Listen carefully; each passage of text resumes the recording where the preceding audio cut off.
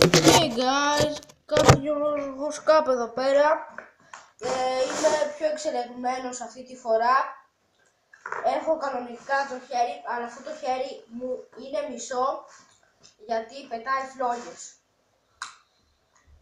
Λοιπόν, το χέρι μου όπως βλέπετε έχω εδώ πέρα αυτό το πράγμα, γιατί δεν έχω χέρι όπως σας εξήγησα και πριν και μπορώ να κάψω το οτιδήποτε. Μπορώ να κάψω μια σαπούλα.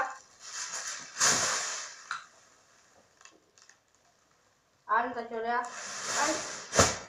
Και μετά να τη σβήσω με το καλό μου πόδι.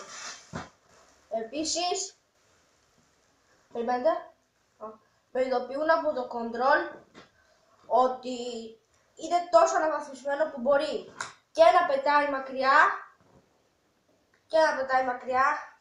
και να σας καίει όλους, αλλά είναι τόσο αναβαθμισμένο που μπορώ ακόμα και να ρίχνω λίγη φωτίτσα και να λέω πολύ φωτιά, πολύ φωτιά, πολύ φωτιά, καλή μου φωτιά. Ωραία, δεν είναι κάποιο τρίκ όπως βλέπετε, γιατί καίω και την κάμερα. Ελπίζω να σας άρεσε, καίω και την κάμερα. Αυτό ήταν το βίντεο, κάντε ένα like και ένα subscribe και ένα share. Bye!